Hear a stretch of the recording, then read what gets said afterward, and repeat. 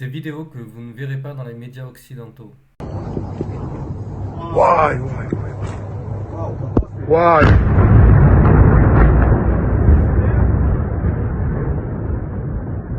La propagande en temps de guerre.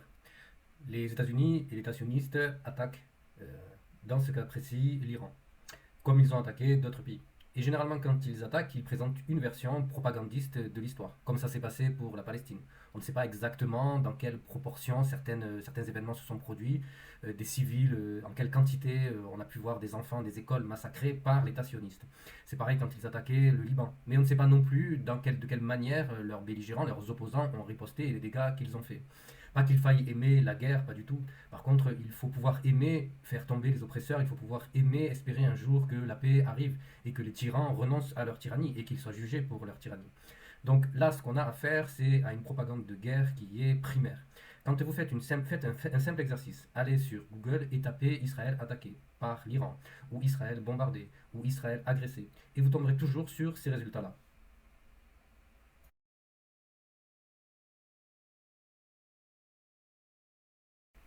Ou encore ce résultat-là, ou bien celui-ci. Vous pouvez donc voir que l'algorithme de Google est fait pour favoriser l'État sioniste et les États-Unis, et donc masque principalement les informations qui concernent l'attaque de l'Iran contre l'État sioniste, contre à Tel Aviv, ou bien à Haïfa, qui sont attaqués en réalité et qu'on ne nomme pas parce que c'est une directive de l'État d'Israël, comme ça a été le cas au mois de juin 2025 quand il y a eu la guerre Iran-Israël.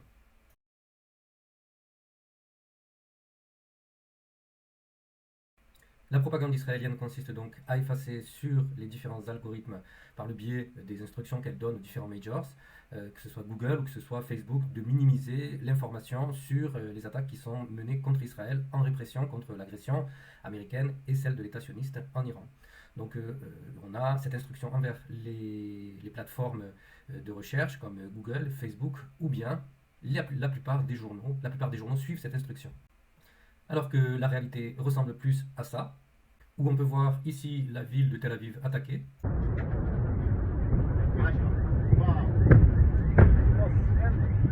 اللي في سايتي خبر لازم بטח طرف.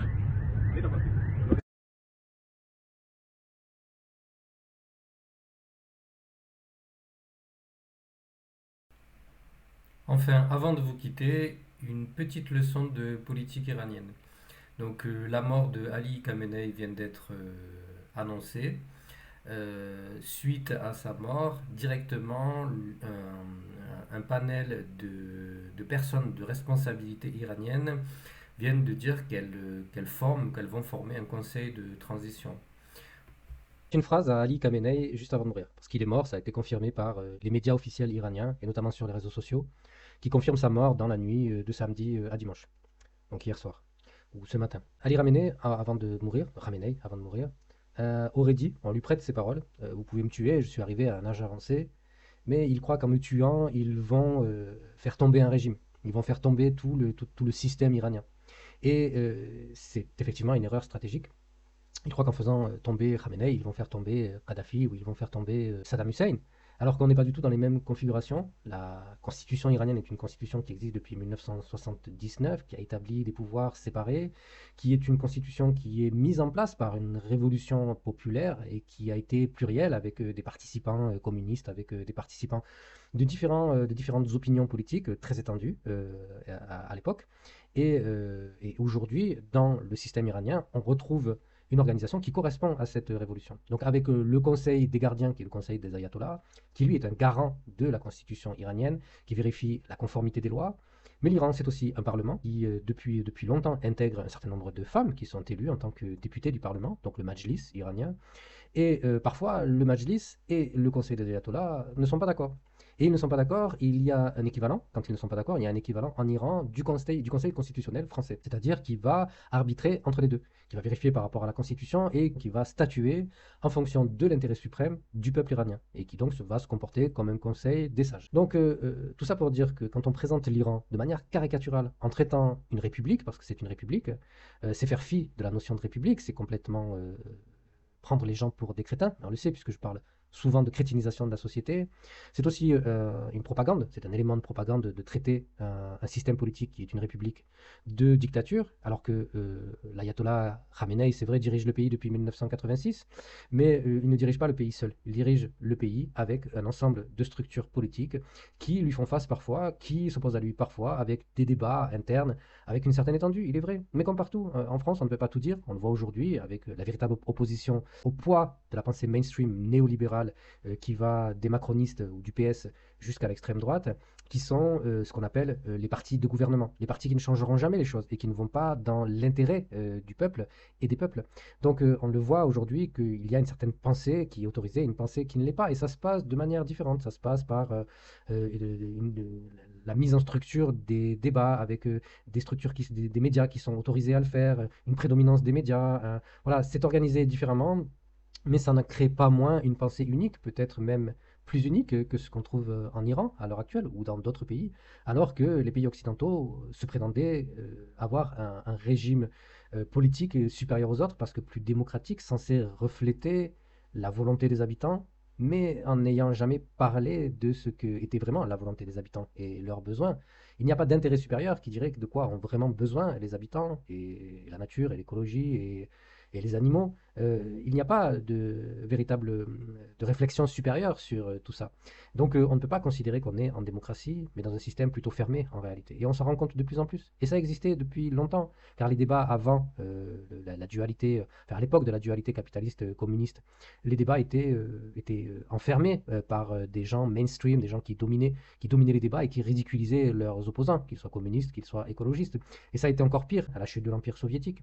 Et quand on est arrivé dans les années 2000, quand on est arrivé dans les années 2000, ça s'est encore renforcé. Donc l'effet Don't Look Up, vous savez, le film qui montre comment parler de choses qui sont essentielles et qui sont importantes pour le futur de l'humanité, pour des causes qui sont justes, des gens qui souffrent, ça passe totalement inaperçu et invisibilisé. C'est ça l'effet Don't Look Up. Et cet effet, il dure depuis longtemps en réalité. Et on est dans une société, celle du meilleur des mondes d'Orwell, où les gens ne se rendent même pas compte, ne se rendent même pas compte qu'ils sont dans ce genre de système-là.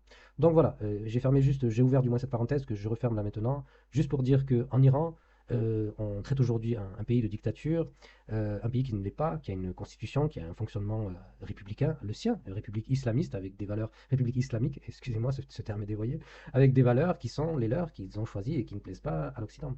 Et l'Occident a tout fait dans sa propagande, parce que bon, j'explique régulièrement dans ma vidéo comment fonctionne la propagande occidentale.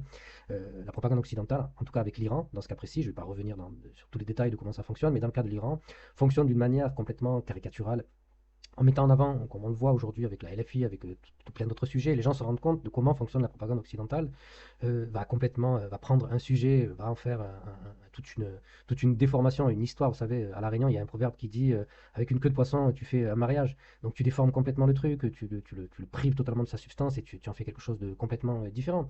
Donc voilà ce qui s'est passé avec l'Iran. L'Iran est un pays qui, comme la plupart des pays du monde, vit dans un fonctionnement régulier, quotidien, avec des gens qui parlent, qui sourient. Enfin voilà, on en a fait une telle caricature, je veux dire, je sais pas si d'ailleurs des romans comme La Servante écarlate, qui a été une série qui passait à la télé, n'est pas inspiré de cette représentation qu'avait l'Occident de l'Iran. Donc tout ça pour connaître la réalité à la fois de l'Iran, des Iraniens, des femmes iraniennes. Je pense que ça nécessite d'autres dimensions que les Occidentaux ne sont pas capables de comprendre. C'est comme, je dis souvent, c'est comme demander à un aigle de lui expliquer la vie sous-marine, de lui expliquer ce que c'est, de nous expliquer ce que c'est la vie sous-marine. Vous imaginez demander à un aigle de nous expliquer ce que c'est la vie sous-marine, ou même à nous, qu'est-ce que c'est la vie sous-marine? On est des êtres terrestres. On n'est pas capable de comprendre parce qu'en fait, ce sont d'autres mondes, d'autres dimensions, par lesquelles on se relie dans notre humanité, bien évidemment. Mais bien des choses nous ont séparés, depuis en tout cas l'émergence d'une Europe et d'un Occident triomphant qui s'est prétendu supérieur et qui s'est coupé de la nature, qui s'est coupé de beaucoup de choses. Et donc, on ne sait pas ce qu'est l'Iran en réalité. Et donc, il faut arrêter d'imaginer et de penser à la place des Iraniens et de leur imposer des choses qui vous sont propres à vous, qui me sont propres à moi et qui ne correspondent pas à ce que sont les Iraniens. Voilà. Donc, je referme cette parenthèse-là juste pour dire beaucoup de propagande dans tout ça. Et le pire de la propagande, vous savez, c'est un pote, un homme, Chomsky, dont je ne me rappelle plus du nom, qui le disait. Le pire de la propagande, il s'est produit en Occident. Et c'est une propagande qui a dépassé bien largement, comme il le disait, qui a dépassé bien largement en volume, en caricature même. C'est tellement grotesque, mais tellement insidieusement insérée dans tous les pans de la société, à tous les étages, à tous les niveaux de la société, que les gens ne sont même plus capables de s'en rendre compte tellement elle est intrinsèquement liée à leur vie, à leur système politique et à leur système de pensée. Et donc, en ce sens-là, que la propagande soviétique, par exemple, était une propagande, moi je me rappelle de la propagande soviétique parce que je l'ai étudiée, mais je peux aussi relayer avec la propagande indienne. Les films d'influence soviétique qu'on voyait en Inde dans les années 70 ou dans les années 80 étaient des films qui parlaient de la valeur de la collectivité, du travail, de la valeur de la production agricole, etc. Mais les gens pouvaient facilement s'en extraire et s'en rendre compte de la propagande qu'ils voyaient parce que c'était un peu grossier, parce que c'était un peu mal fagoté, mal présenté, c'était de la pédagogie, allez, on va dire. Et donc ça ne s'insérait pas vraiment dans tous les endroits de la société, dans la pensée totale. On a aussi complètement déformé ce que pouvait être le monde soviétique. Et donc la propagande en Occident s'insère tellement dans la pensée, dans l'esprit, et il y avait tellement lié cette idée que en Occident, les gens avaient une pensée pure, ils avaient une pensée, les systèmes étaient purs, les structures étaient pures. Il y a vraiment cette notion qui est aussi liée avec l'héritage indo-européen de la civilisation occidentale. Des notions de pureté, vous savez, qui a mené à l'arianisme, alors qu'ils ne sont pas ariens, les Ariens sont les ancêtres des Indiens, mais c'est une autre famille d'Indo-Européens. Bon, tout ça, c'est des trucs qui étaient faux. Mais voilà, tout ça est lié à cette notion de pureté. Voilà. Bon, j'arrête là aujourd'hui, parce que sinon je vais partir pour des heures à discuter, et je vais faire des apartés, et je vais partir un peu n'importe où.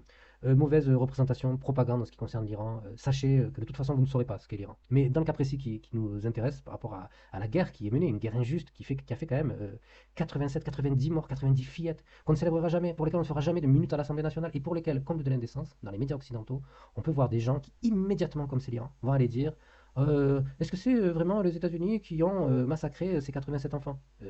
Ils commencent déjà à prêter ça au régime iranien comme si le régime iranien allait bombarder ses propres enfants. C'est vraiment mal, pour le coup, mal méconnaître le régime iranien, d'aller bombarder lui-même. Non, on n'est pas du tout, on est dans une logique familiale, paternaliste, il est vrai en Iran, mais vraiment dans l'intérêt du peuple, quoi. Les gens ne sont pas là pour bombarder leurs enfants. C'est ridicule. Et c'est pareil, ça se passait pareil avec Gaza, une telle intoxication. Bon, allez, j'arrête là, je vous laisse.